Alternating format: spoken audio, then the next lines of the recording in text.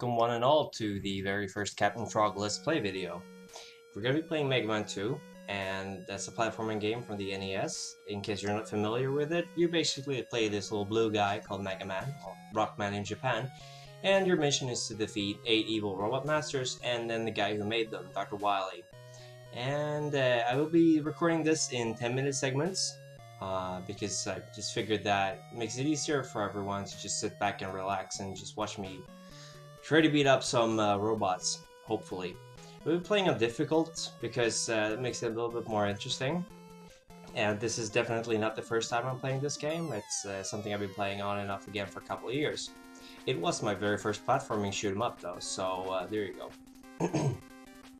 Mega Man is a little blue guy on the roof here. My name is Captain Frog, as I said, and if you have any comments or suggestions for future videos, be sure to mention that in the comment section. Alright, we gotta be starting off, and we're starting with Metal Man. There we go.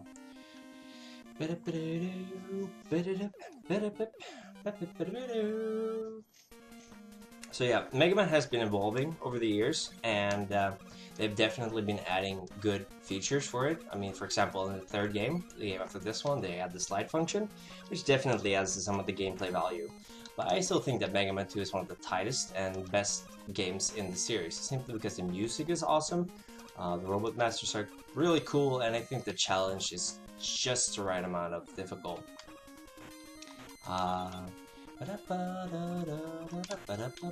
Some of the flickering you see here now is because the NES aren't able to handle that many sprites and colors moving around the screen at the same time. This flaw does make itself known a couple of times throughout the game. The most well-known being, of course, with the crushers falling from the roof. Anyway, this is a pretty good place if you want to farm extra lives, but since Mega Man 2 essentially has infinite amount of lives, or continues, as is the case, it's not something that's completely necessary.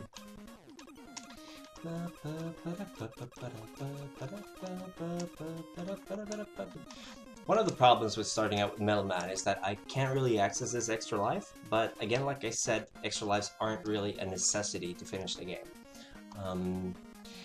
You will be able to access these kind of things later once you get items from Dr. Light. Dr. Light is the guy who created Mega Man, by the way.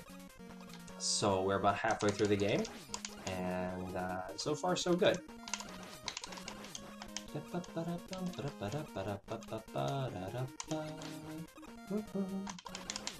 And so we're going to be coming up to some guys that are the first examples of how difficult is different from the normal gameplay.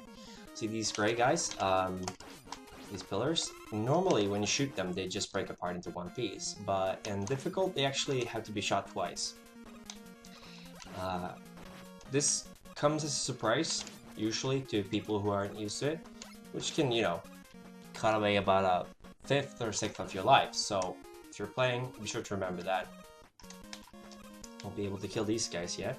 And we're up at the first Robot Master, Metal Man, who, as far as I know, has been described as one of the worst Robot Masters in the second game by the guy who actually designed them, since he's very easily predicted what his attacks patterns are. Personally, I think Airman is a little bit easier, but definitely not as predictable as Metal Man is. So you just have to keep track on the floor, make sure you don't run into him, because then he's going to jump across to the where I'm standing right now, which makes it a little bit more difficult. You just stay here in the corner. He's going to be throwing 1 to 3 saw blades at a time. See, even though he's predictable, he's still a bit difficult to beat. But we're doing good so far. Probably not going to die unless you screw up royally, and I'm not. So there we go. Last shot, and he's dead. So we're 4.5 minutes in, and the first Robot Master's down, and we're going to get Metal Blades now. Or Metal Saws, whatever they call them.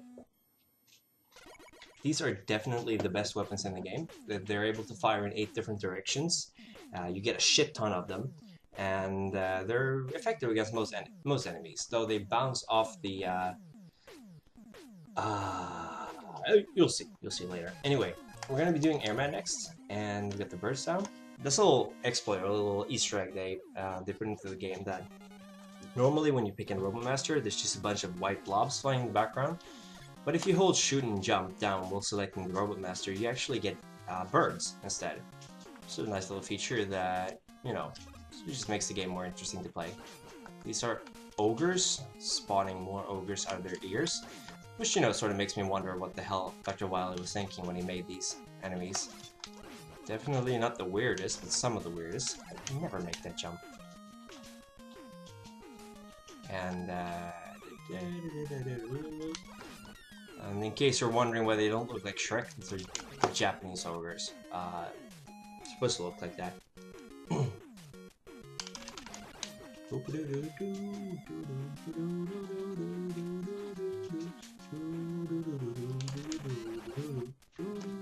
As you can see, the metal blades really are, without doubt, the best weapons in the game.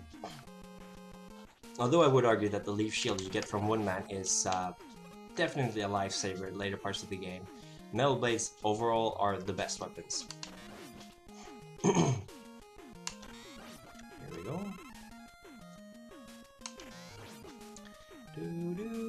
As you can see, well, I was just gonna say that I memorized the patterns of the enemies, but clearly not well enough.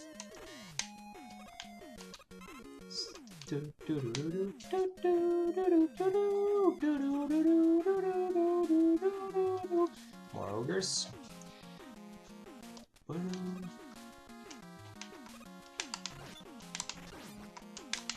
See, I'm using the metal blades even though it's not strictly necessary because I'm not going to be using them against the boss anyway.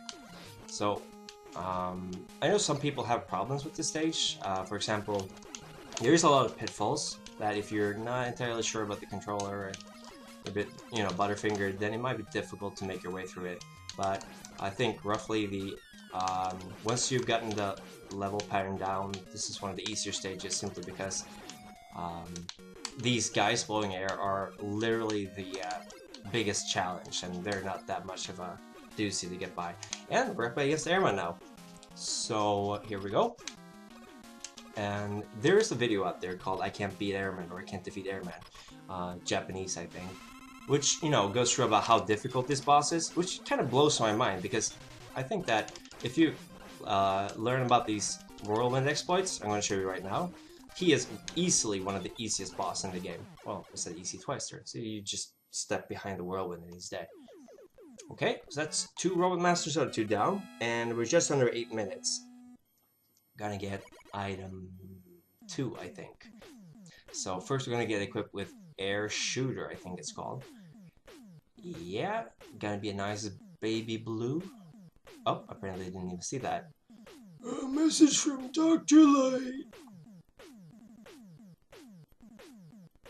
Item 2. See, I told you. Completed. Get your weapons ready. Yeah, I'm gonna get my weapons ready because I'm gonna shoot weapons. Yeah, I see. Baby blue helmet. Get equipped with item 2. There we go. It doesn't even tell you what item 2 does yet, which is kind of a big problem that they fix later in the games. Because right now, you know, we just go, okay, what's item 2? For the record, it's a tiny little rocket that you jump up on and shoots you through big parts of the game. Really, really useful in Heatman stage. Never even thought of that as a kid, but you'll see, it actually makes part of the game a breeze. So anyway, that's 2 Robot Masters down out of 2. In the next video, I will be doing Bubbleman and Woodman. And I really appreciate you watching this. If you have any comments of any kind, just let me know. And give it a thumbs up, recommend it to your friends. If you have anything you want me to add to the commentaries, if you want me to talk about anything, just let me know.